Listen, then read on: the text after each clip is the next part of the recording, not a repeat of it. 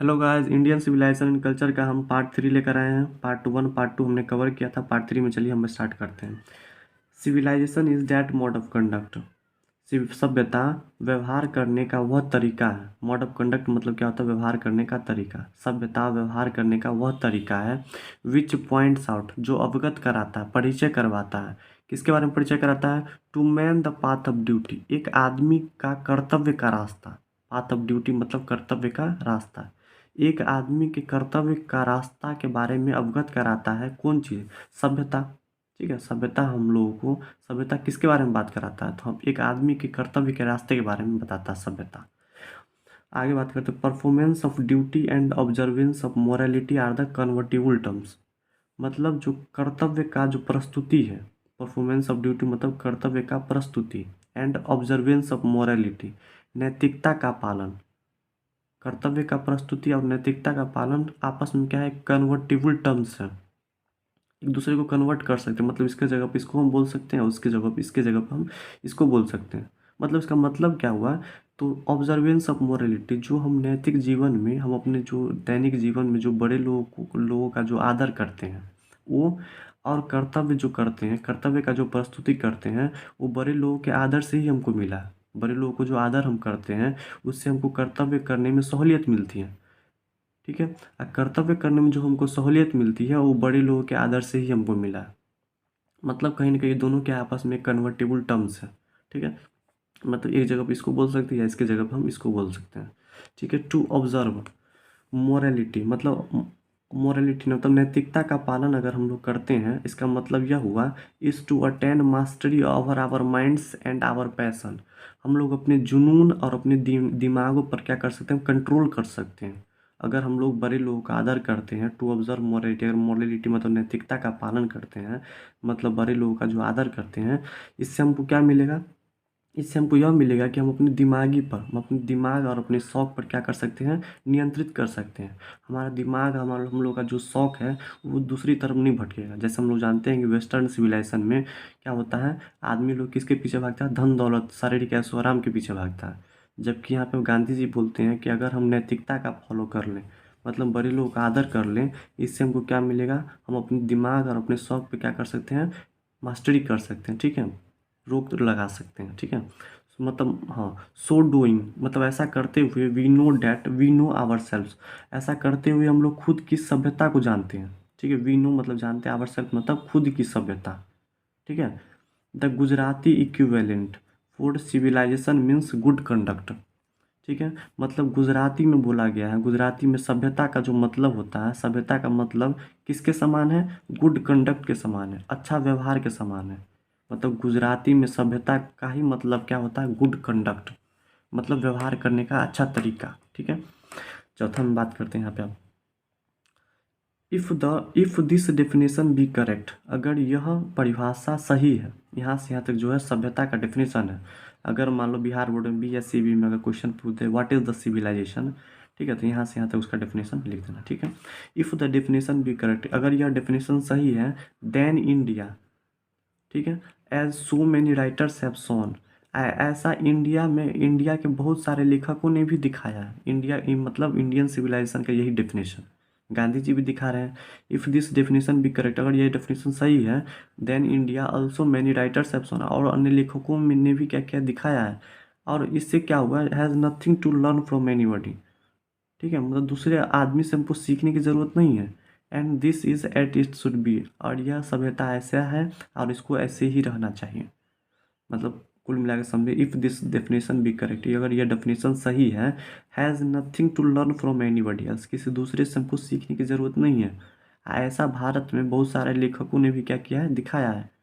ठीक है, and this is as it should be, और इसको यह ऐसा है और इसको ऐसा ही रहना चाहिए। ठीक है, पांचवा पैराग्राफ में बात करते हैं, we notice that the mind, उन्होंने महात्मा गांधी जी बोलते हैं, हमने नोटिस किया है, ठीक है, हमने नोटिस किया है कि mind is a restless bird, कि जो जो दिमाग जो है एक बेचैन चिड़िया की तरह होती है, एक असहाय चिड़िया की तरह होती है। ठीक है, द मोर इट गेट्स, अगर दिमाग को जितना कुछ मिल जाए, मोर इट गेट्स मतलब उसको जितना कुछ दे दिया जाए, द मोर इट वांट्स, उतना ही ये और चाहता है। मतलब दिमाग किसी का कंट्रोल नहीं हो सकता, और जिसको जितना तुम देगा वो उतना और मांगना चाहेगा। ऐसा गांधी जी बोल रहे हैं। एंड स्टिल रिमेन्स अनसेटिस्फाइड, तब पर भी दिमाग क्या रहेगा, असंतुष्ट रहेगा, तब पर भी दिमाग क्या रहेगा, असंतुष्ट, अनसेटिस्फाइड रहेगा। The more we indulge in our passion, हम लोग अपने शौक में, इंडल्ज मतलब क्या होता है, लिप्त होना, आवर पैसन मतलब अपने शौक में। The more we indulge in our passion, जितना ज़्यादा हम अपने शौक में लिप्त हो जाएंगे, जितना ज़्यादा हम अपने शौक में लिप्त हो जाएंगे, द मोर अनब्रिडल्ड, उतना ज़्यादा क्या हो जाएंगे, हम बेचैन हो जाएंगे। अनब्रिडल्ड मतलब क्या होता है, बेचैन। The more more unbridled they become, उतना ज़्यादा हम क्या हो जाएंगे, बेचैन हो जाएंगे। दे बिकम मतलब हम हो जाएंगे। ठीक है। आवर एंसेस्टर्स, हम लोग के जो पूर्वज थे, आवर एंसेस्टर्स, हम लोग के जो पूर्वज थे, therefore set a limit to our intelligences, हम लोग के शौक को हम लोग के शौक को लिप्त करने के लिए एक लिमिट तैयार किए थे। ठीक है। हम लोग के जो पूर्वज थे, इसलिए set a limit to our intelligences मतलब हमारा दिमाग अनियंत्रित न हो, इसके लिए क्या किए थे हम लोग के पूर्वज, एक हम लोग के शौक को नियंत्रित करने के लिए एक लिमिट तैयार किए थे। ठीक है। This so that happiness was largely a mental condition, वह दिखाता है कि हम खुशी रहने के लिए, हैप्पीनेस मतलब खुशी रहने के लिए, was largely a mental condition, वो ज़्यादातर हम लोग की दिमागी स्थिति पे डिपेंड करती है, मेंटल कंडीशन पे डिपेंड करती है, कि हम अपने अपने दिमाग को अगर नियंत्रित कर लें, ठीक है, अपने दिमाग पर नियंत्रित कर लें, तो हम अपने लाइफ में क्या कर सकते हैं, अपने सिविलाइजेशन को अचीव कर सकते हैं, अचीव किए भी हैं हम लोग। ठीक है। आगे हम छठा पैराग्राफ में बात करते हैं। A man is not necessarily happy because he is rich, कोई आदमी धनी है, कोई आदमी धनी है इसका मतलब यह नहीं कि वह हमेशा खुश रहेगा। A man is not necessarily happy because he is rich, अगर कोई आदमी धनी है इसका मतलब नहीं है कि वो खुश है। या unhappy because he is poor, ऐसा भी नहीं है कि कोई आदमी अगर गरीब है तो वो दुखी है। ठीक है। ऐसा गांधी जी बोल रहे हैं कि कोई आदमी अगर धनी है इसका मतलब नहीं कि वो हमेशा खुश रहेगा या वो हमेशा खुशी है। या ऐसा भी नहीं है कि कोई आदमी अगर गरीब है तो वो हमेशा क्या है, दुखी ही है। The rich are often seen to be unhappy, धनी व्यक्ति को अक्सर देखा जाता है नाखुश हुए। ठीक है। अनहैप्पी मतलब खुश नहीं रहते हैं, ऐसा धनी व्यक्ति को देखा जाता है कि वो अनहैप्पी रहते हैं, नाखुश रहते हैं। The poor to be rich, ऐसा, और जो गरीब आदमी होते हैं वो क्या होते हैं, खुशी होते हैं, मतलब खुश रहते हैं। ठीक है। The poor to be happy, गरीब आदमी कैसा रहते हैं, खुश रहते हैं। Millions will always remains poor, जैसा हम लोग जानते हैं कि भारत की जनसंख्या क्या लाखों करोड़ों में है, तो हम लोग जानते हैं कि सब आदमी हमेशा तो गरीब धनी तो हो ही नहीं सकता, बहुत सारा आदमी क्या है, गरीब भी है। तो यहाँ पे लिखा गया millions will always remains poor, जैसा कि बोला गया है कि लाखों लोग क्या रहेंगे, हमेशा गरीब ही रहेंगे। तो ऐसा नहीं है कि गरीब आदमी दुखी रहता है, ऐसा बोला है गरीब आदमी भी खुश रहता है, धनी आदमी उतना खुश नहीं रहता जितना गरीब आदमी खुश रहता है, ऐसा बोला गया। ऑब्जर्विंग ऑल दिस, इन सबको ऑब्जर्व करते हुए, आवर एंसेस्टर्स, जो हम लोग के पूर्वज थे, dissuaded us from luxuries and pleasure, हम लोग के जो पूर्वज थे उन्होंने मना किए थे, डिसयूडेड मतलब क्या होता है, मना करना। ठीक है। अस हम लोग को मना किए थे फ्रॉम लग्जरीज मतलब लग्जरी चीज़ों से। ठीक है। जो विरासिता वाली जो चीज़ें होती हैं, लग्जरी चीज़ों और बहुत सारे आनंद, प्लीजर मतलब क्या होता है, आनंद से भरा हुआ, हम लोगों को लग्जरी चीज़ों और आनंद से क्या करते हैं, दूर रहने के लिए बोलते हैं। ठीक है। उनसे बचने के लिए बोलते हैं हम लोग के पूर्वज। वी हैव मैनेज्ड, हम लोगों ने मैनेज किया with the same kind of flow as existed the thousands of year ago, हम लोग मतलब क्या बोलते हैं कि सालों सालों, थाउजेंड मतलब क्या होता है, थाउजेंड मतलब क्या होता है, हजारों साल पहले जो एग्जिस्ट था, जो अस्तित्व में हम लोगों का था, हम लोगों ने मैनेज किया है with the same kind of flow, अभी भी वही हल चलाने के लिए क्या है, हल चलाने वाला जो होता है लकड़ी का बना हुआ होता है जो किसान लोग चलाते हैं, अभी भी वही हल चलाने वाला हमारे मेरे पास है। ठीक है। मतलब हम लोगों ने अभी तक मैनेज करके रखा है। ठीक है। हजारों साल पहले से जो आ रही विरासिता, जो हजारों साल पहले जो एग्जिस्ट करता था, अभी भी वही बरकरार है, सेम काइंड ऑफ फ्लो, वही मतलब खेत में हल चलाने वाला मशीन वही है। वी हैव रिटेन्ड, हम लोगों ने रिटेन किया है मतलब रखा, the same kind of cottage that we had in common types, जो हम लोगों के पूर्वज के पास जो झोपड़ियाँ थी, उसी तरह की झोपड़ियाँ, सेम काइंड्स ऑफ कॉटेज, उसी तरह की झोपड़ियाँ अभी भी बरकरार है। ठीक है। वी हैव रिटेन्ड, हम लोगों ने रखा है, the same kind of cottage, उसी तरह की झोपड़ियाँ, that we had in common times, जो प्राचीन काल में था, जो हम लोगों के पूर्वज के पास था। एंड आवर एंड आवर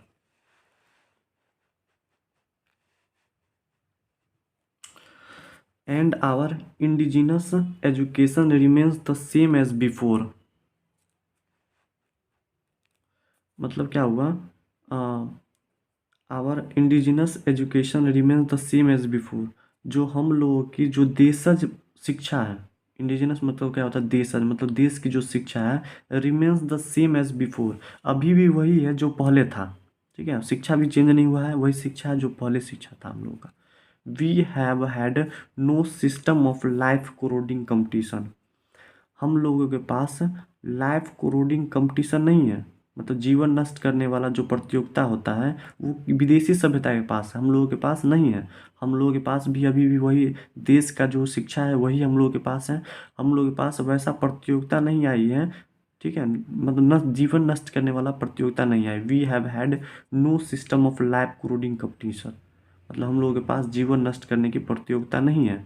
ठीक है, इच फॉलोड हिज, मतलब प्रत्येक व्यक्ति, हिज ऑन ऑक्यूपेशन, प्रत्येक व्यक्ति जो होते हैं फॉलो करते हैं, किसको फॉलो करते हैं, अपनी पेशा को। ऑन ऑक्यूपेशन मतलब अपना पेशा, या ट्रेड, ट्रेड मतलब क्या होता है, अपना व्यापार। ट्रेड मतलब क्या होता है यहाँ पे, व्यापार।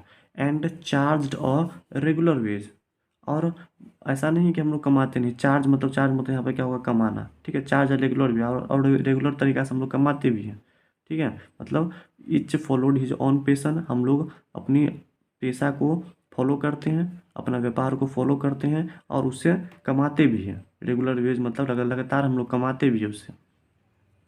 It was not that we did not know how to invent machinery. अब ऐसा भी नहीं है, इट वॉज नॉट मतलब ऐसा भी नहीं है, वी डिड नॉट नो हम लोग नहीं जानते हैं, हाउ टू इन्वेंट मशीनरी, ऐसा भी नहीं है कि हम लोग मशीन का आविष्कार नहीं जानते हैं। हम लोग मशीन का आविष्कार करना जानते हैं। इन्वेंट मतलब क्या होता है, आविष्कार। मशीनरी मतलब मशीन वाली चीज़ों का। ऐसा नहीं है कि हम लोग मशीन का आविष्कार नहीं जानते हैं। बट आवर फोर फादर्स, हम लोग के जो पूर्वज थे, एंसेस्टर थे, न्यू डैट जानते थे, if we set our hearts after such things, इस सभी चीज़ों के पीछे अगर हम अपना दिल लगा दें। ठीक है, मतलब वी सेट, अगर हम लोग अपना हार्ट को सेट कर ले आफ्टर सच थिंग, इस मशीनरी चीज़ों के पीछे। ठीक है, तो वी वुड बिकम स्लेव्स, हम लोग क्या हो जाएंगे, गुलाम हो जाएंगे। वी वुड बिकम मतलब क्या होता है, हम लोग हो जाएंगे। स्लेव्स मतलब क्या होता है, गुलाम बन जाएंगे। And loss our moral fibres, हम लोग क्या करेंगे, अपना नैतिक बल खो देंगे। मोरल फाइबर मतलब क्या होता है, नैतिक बल। लॉस मतलब खोना, आवर नैतिक बल, हम लोग अपना नैतिक बल खो देंगे इससे। मतलब हम अगर मशीन, ऐसा नहीं कि मशीनरी चीज़ों को हम लोग नहीं जानते, मशीनरी चीज़ों का हम लोग आविष्कार करना जानते हैं। लेकिन अगर हम आविष्कार कर लें तो हम लोग का दिमाग उसके पीछे चला जाएगा। ठीक है, और हम लोग क्या हो जाएंगे, उस सभी चीज़ों का गुलाम बन जाएंगे, मशीनरी चीज़ों का क्या हो जाएंगे, गुलाम बन जाएंगे। दे देयर फोर, इसलिए वे क्या कहते हैं, आफ्टर ड्यू डिलिब्रेशन मतलब बहुत सोच समझने के बाद। आफ्टर ड्यू डिलिब्रेशन मतलब क्या होता है, खासी सोच समझने के बाद। ठीक है, आफ्टर ड्यू डिलिब्रेशन डिसाइडेड, मतलब फोर फादर्स ने, मतलब जो एंसेस्टर ने क्या डिसाइड किया, that we should only do what we could with our hands and feet, हमको वही करना चाहिए। Only do what we could with our hands या फीट, हम लोग मशीनरी पीछे के पीछे नहीं भागना चाहिए, मशीनरी चीज़ों के पीछे नहीं भागना चाहिए। हम लोग के हाथ और पैरों के द्वारा जो जो काम हो रहा है, ठीक है, हम लोग अपने हाथ और पैरों से ही करेंगे। ऐसा बोलते हैं बहुत सारे चीज़ों के मतलब सोचने के बाद, that we should only do what we could with our hand and feet, हम लोग जो हाथ अपने पैर से जो काम कर सकते वही करेंगे। हम लोग मशीन का यूज़ नहीं करेंगे, जिससे हम लोग क्या हो जाएंगे, गुलाम बन जाएंगे। ठीक है, दिस सॉ, उन्होंने दिखाया, डैट आवर रियल हैप्पीनेस, हम लोग की जो वास्तविक खुशी है, and health consisted in a proper use of our hands and feet, और उन्होंने बोला कि अगर हम इस मशीनरी चीज़ों का यूज़ न करके अपने हाथ और पैरों का अगर यूज़ करेंगे, ठीक है, तो रियल वास्तविक खुशी उसी में है। हेल्थ, इससे क्या होगा, हेल्थ कंसिस्टेंट मतलब हम लोग का जो स्वस्थ, हम लोग का जो शरीर का जो हेल्थ है वो बरकरार रहेगा। कंसिस्टेंट मतलब बरकरार रहेगा। ठीक है, in proper use of our hands and feet, कब बरकरार रहेगा, जब हम अपने हाथ और पैर का प्रॉपर यूज़ करेंगे। ठीक है, मतलब बोलते हैं कि हम मशीनरी चीज़ों का आविष्कार करना जानते हैं लेकिन हम गुलाम बन जाएंगे, इसलिए हम अपने हाथ और पैरों से ही काम करेंगे। ठीक है, अगर मशीनरी चीज़ों का भी छोड़ दिया जाए तो बहुत सारे व्यक्ति जो इंडिया में हैं उन सभी को क्या मिल जाएगा, जॉब मिल सकता है, नौकरी मिल सकता है। मशीन के कारण ही क्या होता है, लाखों लोग बेरोजगार हो जाते हैं। ऐसा बोलते हैं महात्मा गांधी जी। 7वां नंबर पैराग्राफ में क्या बात करना है, चलिए देखते हैं। दे फर्दर रीजनड, उन्होंने आगे क्या बताया, that the large cities were a snare, जो बड़े बड़े जो शहर हैं वो एक जाल की तरह है। वर अ स्नेयर मतलब क्या होता है, जाल। फॉर दे फर्दर रीजन, मतलब गांधी जी बोलते हैं कि जो बड़े बड़े जो शहर हैं वो वर अ स्नेयर, वह क्या है, जाल है। एंड यूजलेस इनकम्ब्रेंसेज, मतलब यूजलेस मतलब बेकार भीड़ भड़का है उधर। ठीक है, शहर की तरफ क्या है, जाल है, और वहाँ पे क्या है, बेकार भीड़ भड़का है। यूजलेस, और यूजलेस मतलब बेकार भीड़ भड़का है। इनकम्ब्रेंस मतलब क्या होता है, भीड़ भड़का। ठीक है। And that people would not be happy in them, अब जो शहर में रहने वाले जो लोग होते हैं वो खुश नहीं रहते हैं। That people would not be happy in them, उनमें क्या रहते हैं, खुश नहीं रहते। ठीक है। They that there would be gangs of thieves, वहाँ पे क्या रहता है, चोरों का समूह रहता है। जो बड़े बड़े शहर होते हैं वहाँ पे वो एक जाल की तरह होता है, वहाँ पे बेकार भीड़ भड़का होता है। वहाँ पे जो लोग होते हैं खुश नहीं रहते हैं। There would be gangs of thieves, वहाँ पे क्या रहता है, चोरों का समूह रहता है। ठीक है, आगे बात करते हैं।